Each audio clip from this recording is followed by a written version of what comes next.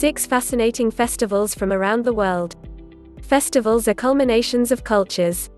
Take a look at 6 of the world's most fascinating examples. 6. Battle of the Oranges, Ivrea, Italy.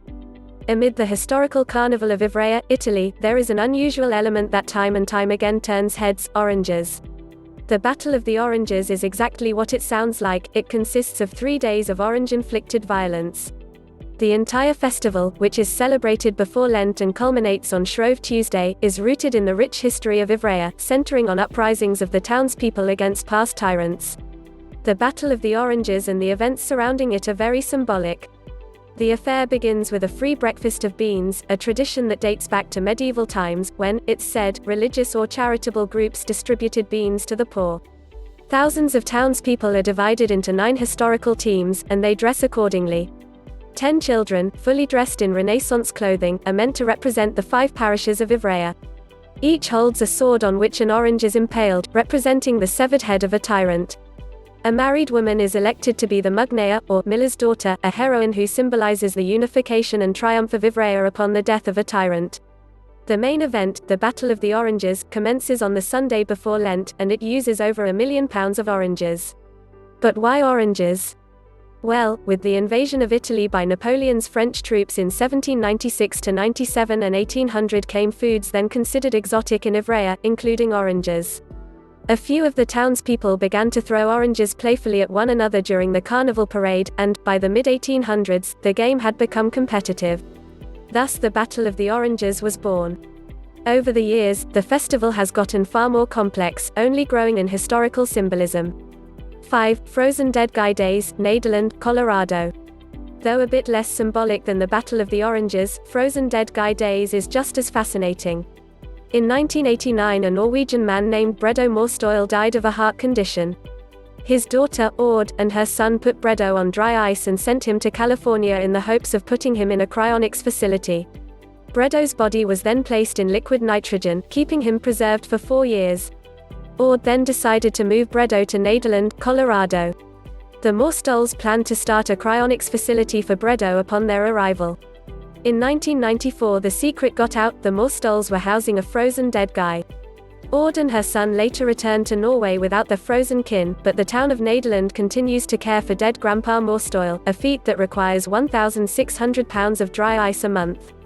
Every year for 3 days in March, festivities meant to celebrate this strange situation engulf the town. Coffin racing, frozen t-shirt contests, parades of hearses, and a grandpa costume contest are just a few of the eccentric events that have become known as Frozen Dead Guy Days. 4. Horton International Festival of Worm Charming, Horton, England. Cryonics might seem like an unusual basis for a festival, but not quite as unusual as this.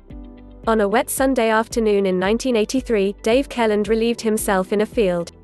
Kelland was perplexed after realizing that this action caused numerous worms to surface, and he decided to create a competition around his newfound worm charming abilities. Thus the Horton International Festival of Worm Charming was born. The first competition was held in 1984 at the Normandy Arms, a pub in the village of Horton frequented by Kelland. The main event takes place outside. Teams composed of 3 people, a charmer, a picker, and a counterer, are each given a plot measuring 1 square meter. They are then given 5 minutes for warming up, which entails getting the ground and any worms in it ready for charming, all without digging or using harmful liquids. After warming up, the teams are given 15 minutes to charm as many worms to the surface as possible. As of this writing, the world record is held by a team named the Dartmouth Round Table, which in 1986 charmed 149 worms. All worms are safely returned to their homes after counting. While the worms are important, the Horton International Festival of Worm Charming also prides itself on supporting local causes. It raises money to meet various needs of the community. 3. Disick and Gathering, Disick Mansion, Scotland. Imagine a beautiful Scottish field filled to the brim with golden retrievers. That's what this adorable festival consists of. In 1868, Dudley Cootes Marchbanks, later called Lord Tweedmouth, bred a Tweedmouth Water Spaniel with a wavy-coated retriever. The result was a litter of 3 beautiful golden retriever puppies. Lord Tweedmouth bred his dogs in the Disick Mansion, the location for the Festival of Golden Retrievers. During the event, hundreds of Goldens from across the world returned to their roots. The festival consists of a breed championship as well as numerous events centered on the rich history of Gisakan and the Golden Retriever. 2. Africa Burn, Tankwikaru, South Africa. Africa Burn is a cousin festival to the Burning Man Festival in the US. It strives to encapsulate the human experience in a week of art, culture, and fire. During this week, a temporary city of art is created in the desert, and people from around the world gather to celebrate art installations. The festival sells nothing but ice, so participants are responsible for supplying all their own food and water. No motorized vehicles are allowed unless they have been deemed mutant vehicles, meaning that they themselves must be art projects. Many people ride bikes instead. During the event, some of the installations on display are burned. The festival prides itself on leaving no trace when it ends. Everything taken into the desert is taken out. 1. Nakazumo Baby Crying Festival, Tokyo, Japan. In this festival, a crying baby means you've won.